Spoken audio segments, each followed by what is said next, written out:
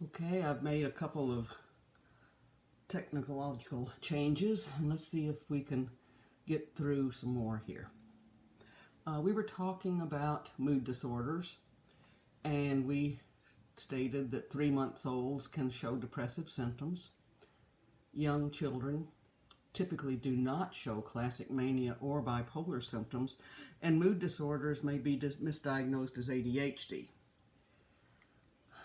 Sadly, children are being diagnosed with bipolar at increasingly high rates, and this should be something that we need to look at and be very, very careful of.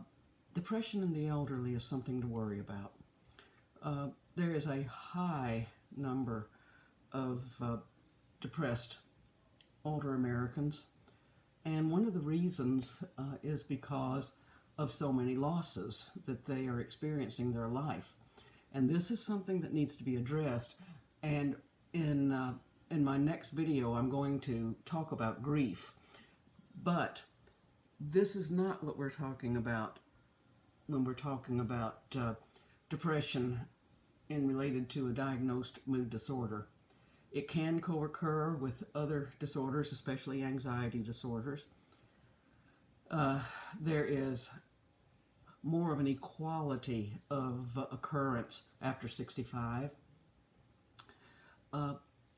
Cultural differences do exist, such as the Hopi Indians. They believe that they aren't depressed, they're just heartbroken. Native American populations have 4 times the rate of depressive symptoms as the general population. We do know that mood disorders tend to run in families, and there is a genetic predisposition there. And we typically look at the neurotransmitter systems when we're looking especially at depression. Particularly serotonin is something that we know that is related to depression. It should be noted here that autopsies on people who have committed suicide indicate an exceptionally low level, a critically low level of serotonin. Now, serotonin regulates norepinephrine and dopamine. And remember, dopamine is essential in being able to experience pleasure. Mood disorders are related to low levels of serotonin. One of the hypotheses right now is that low serotonin will permit other neurotransmitters to vary more widely, and due to that, it will make a person more vulnerable to depression.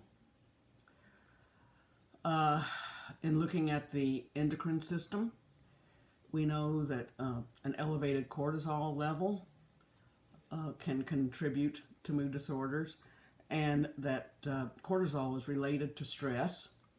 Stress hormones decrease neurogenesis in the hippocampus, and therefore they're less able to make new neurons, and that can cause problems. And a sleep disturbance can cause mood disturbances. In fact, almost all mood disorders will have some kind of sleep disturbance intertwined in the symptoms. Depressed patients will have quicker and more intense REM sleep. Sleep deprivation may temporarily improve depressive symptoms in bipolar, but this is by no means something that will occur on the long run. Stressful life events. They are strongly related to mood disorders. Sometimes we might even call this a trigger. It causes, high stress causes poor response to treatment.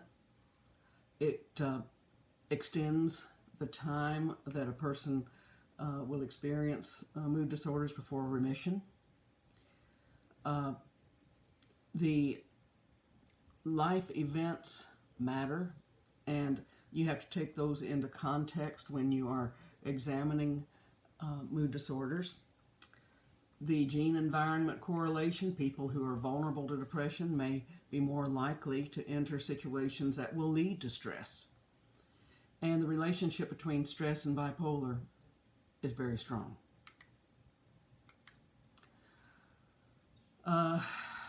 If we were going to look at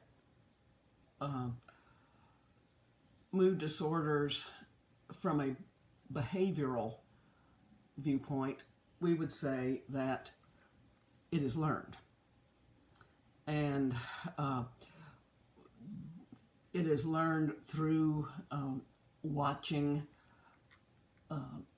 people exhibit some kind of payoff for those kind of behaviors. Also, that if a person has a perceived lack of control over their life, this can lead to them decreasing attempts to improve their own situations because they're going to say it's hopeless, that nothing is going to help. And you hear that a lot with depressed symptoms patients. Their life is hopeless. I'm helpless. I'm not able to do this. I'm not able to do that. There's no hope in the future for this to get better. Also, negative cognitive styles are a risk factor for depression. So if you've got somebody who's constantly negative, constantly doom and gloom, constantly a negative nanny or a negative Nancy, because of that, that opens up avenues and doors for depression to come through.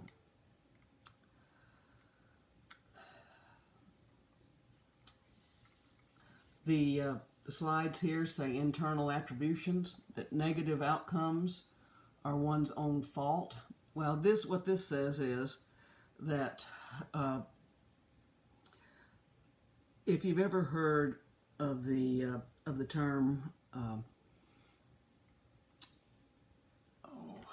anyway, I'll get to that in a minute. When one believes something is going to happen, say, well, I know that I'm going to fail this test.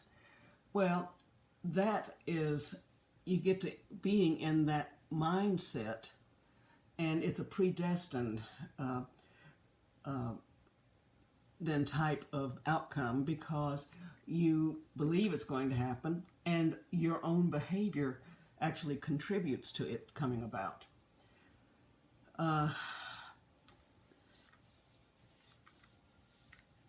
The stable attributions, believing future negative outcomes will be your own fault. Global attribution, believing negative events will disrupt many life activities. All three of these will contribute to a sense of hopelessness. Negative coping styles. Now, when a person becomes depressed, their coping styles are going to diminish, and the person will engage in cognitive errors.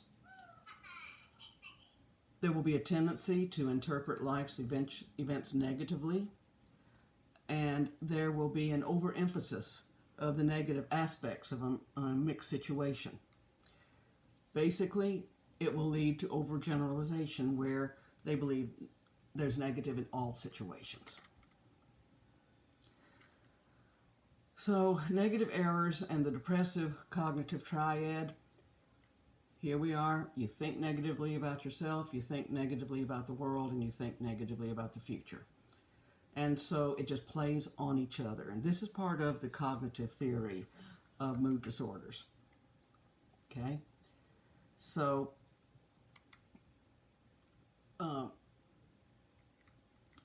again, social dimensions.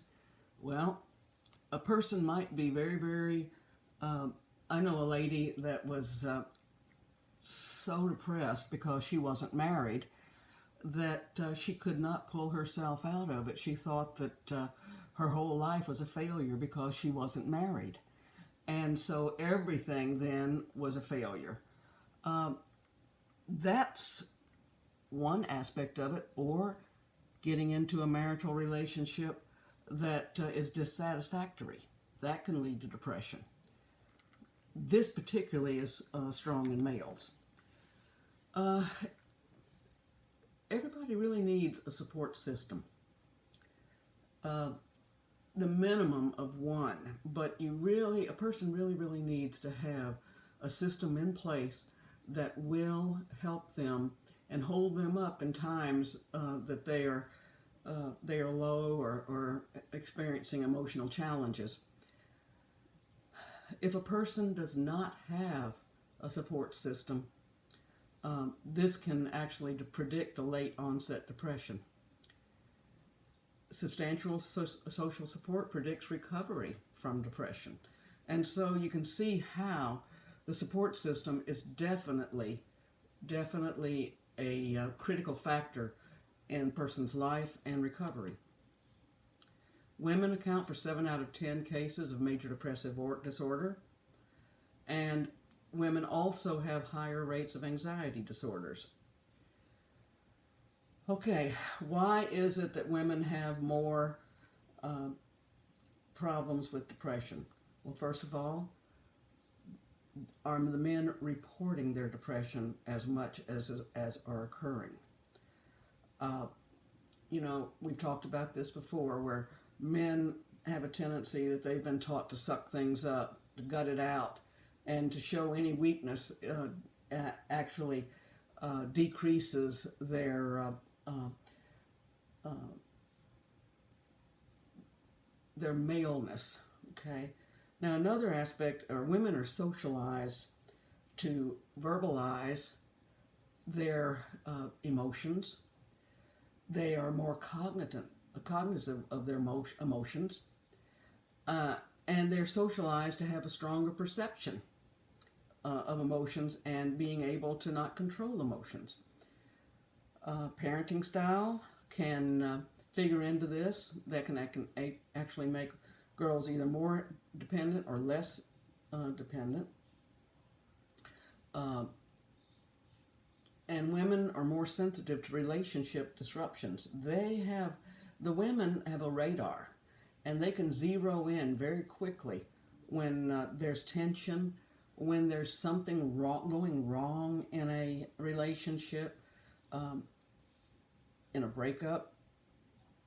It's just they just have an internal radar for that, and women also will talk about their emotions much more than men.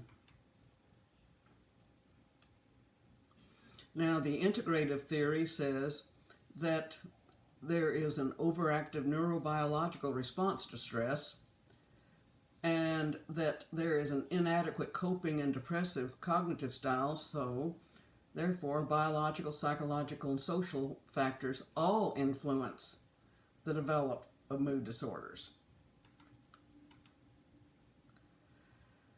Well, how do we treat mood disorders? First thing that doctors will normally do is antidepressants. Now, we have what's called SSRIs, or selective serotonin reuptake inhibitors, and those will prevent the serotonin from being sucked back into the vesicles, and therefore leave it out so it can have more of a chance to be absorbed into receptor sites, and therefore more serotonin is getting into the system. Then you've got your tricyclic antidepressants, your monoamine oxidase inhibitors, your mixed reuptake inhibitors, and approximately they're equally effective. What you have to do is find the person's you have to fit the medication to each person individually and find out what works best for them.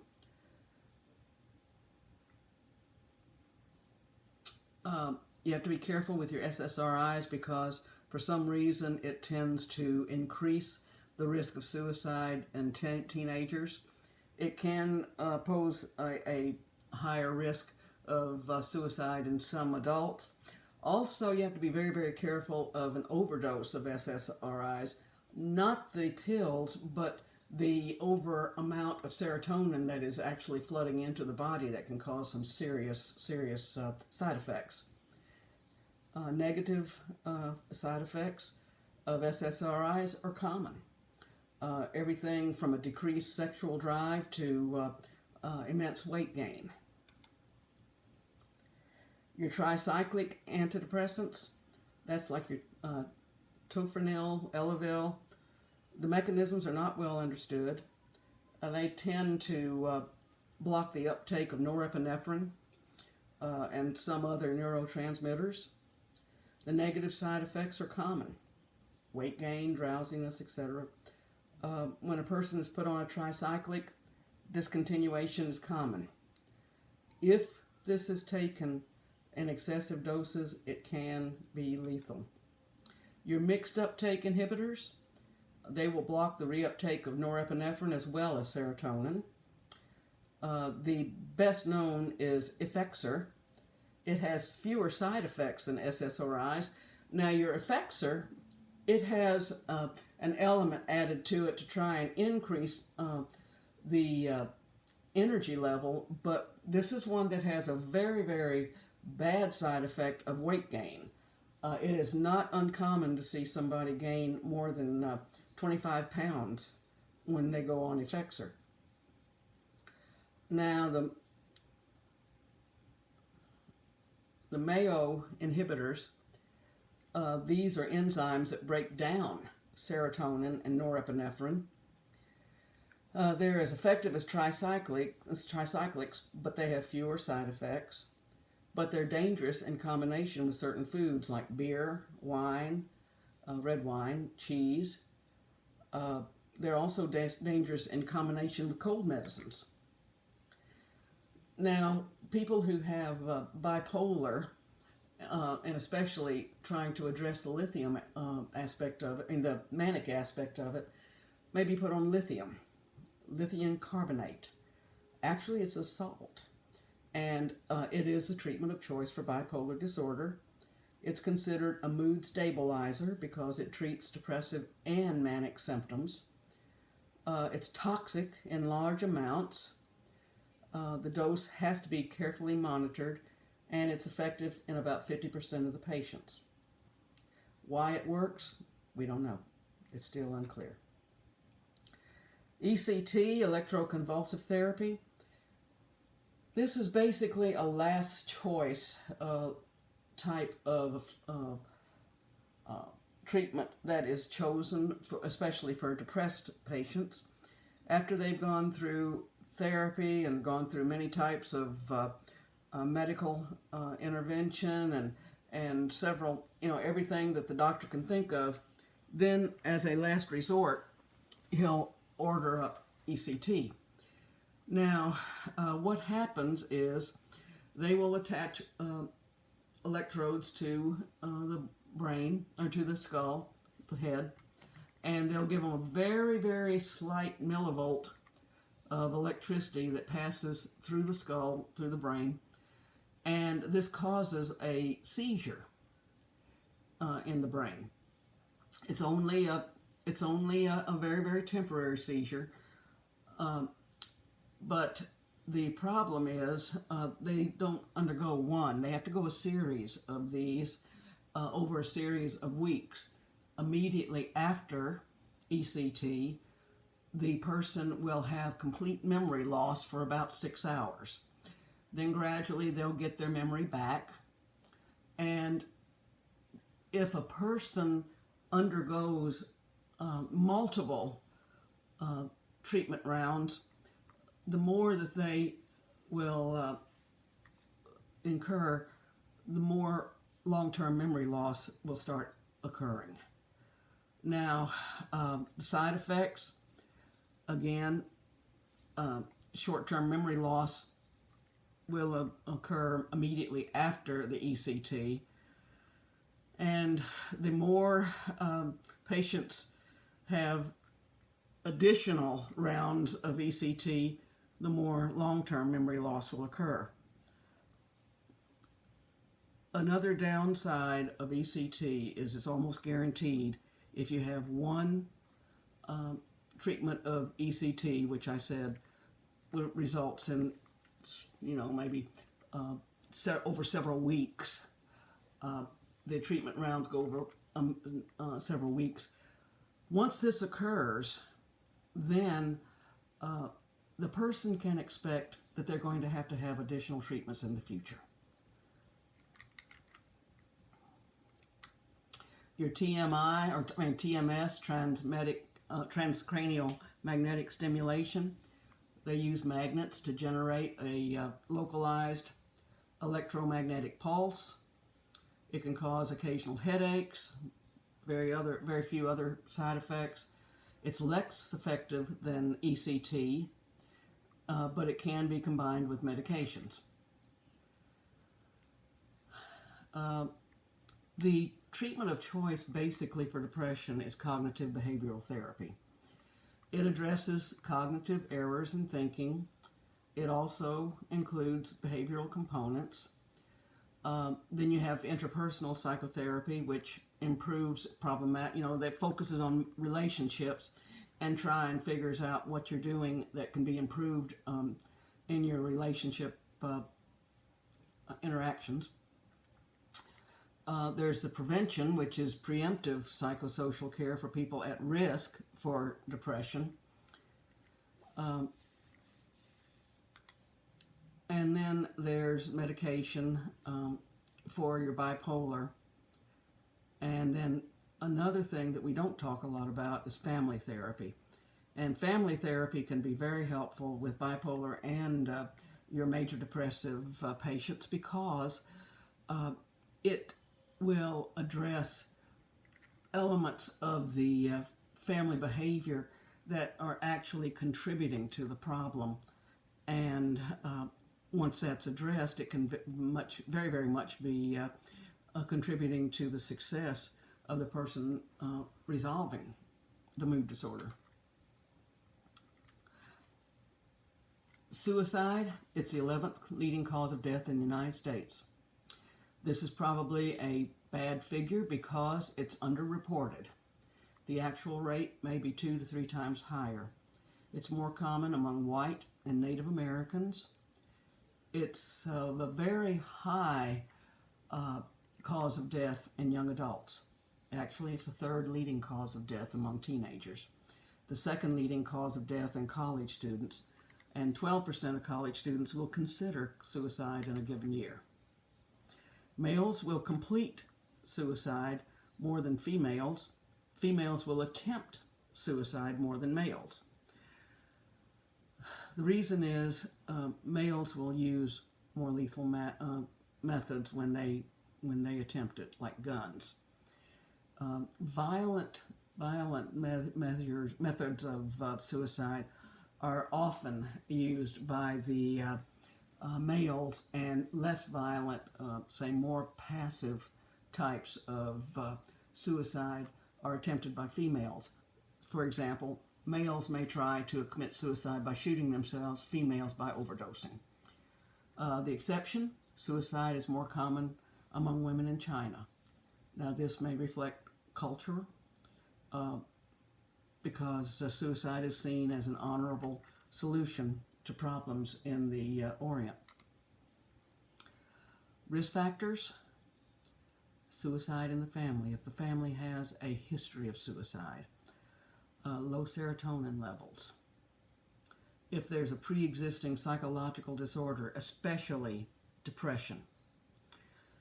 Alcohol use and abuse. This is not saying dependency or being an addict. This is just using alcohol and overusing alcohol. If a person has a stressful life event, especially something humiliating, if they have had a prior suicide attempt, if they have a plan and access to lethal methods. All of these are risk factors, and I'm going to do a little bit more on suicide in a few minutes in a different lecture.